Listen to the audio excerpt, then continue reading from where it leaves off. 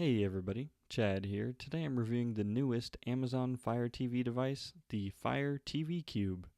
If you haven't yet, go back and watch my unboxing video of this device and subscribe to see other videos. As a bit of background, I've had the Fire TV stick for about a year now. There isn't much flair to it and it gets the light jobs done. I saw the Fire TV Cube rumored shortly after getting the Fire TV stick. Because of my love for my Echo devices and making assumptions, I told myself that I was going to get it when it came out. I have to start by stating that this is a Fire TV with Alexa enabled, not an Echo device.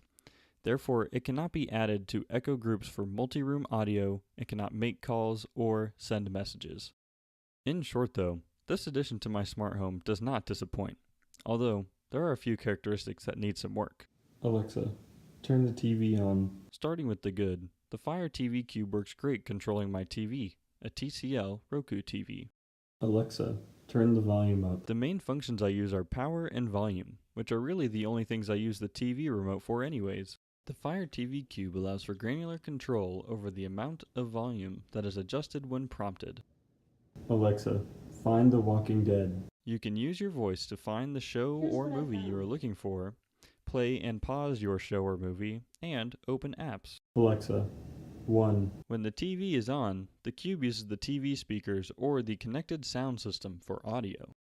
As others are saying, this isn't just a Fire TV and an Echo Dot joined together, it also has the IR Blaster. This allows you to control your cable box, surround sound, and any other devices connected to your TV as well. Unfortunately, I don't have a home entertainment setup, so I am unable to demonstrate. And now the cons. Most all the functions of an Echo Dot are present, but some key features are missing like I mentioned before.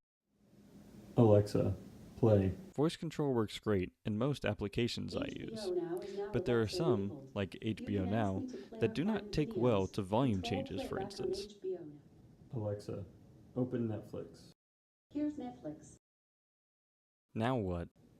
The option to adjust the volume control is a great feature for the Fire TV Cube, but in many cases, I wish there was at least one more level or even have granularity like the Echo devices, like turn the volume up by 5 or turn the volume down by 8. One complaint that many people have is the lack of a YouTube app on the Fire TV. Because of Google and Amazon's feud, many Fire TV users are suffering. Finally, a huge complaint from many is that there is no HDMI cable provided with this device. Thankfully, I had one lying around, but I understand the frustration for someone that doesn't.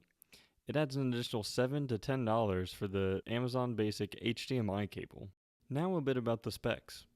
As seen, the Fire TV Cube has the same processor as the 3rd gen Fire TV, which is faster than the stick. The storage on the Cube is the largest at 16 gigabytes. The Cube supports 4K HDR just like the Fire TV. This is an upgrade in every way from the Fire TV stick, but if you're considering only the hardware specs, the only upgrade from the Fire TV is the storage. Many people are hating on the Fire TV Cube. I don't think it deserves so much hate. I mean, it has its shortfalls, but it still fits well in my smart home. For the $90 I paid to pre-order, or others paid on Prime Day, I think it's worth having a great control of my TV by voice. At full price though, $120, I'm not so sure that I would buy. Hopefully you found this video useful. If you did, like and leave a comment. Also, please subscribe and click the bell for notifications of my woodworking and tech videos. Thanks!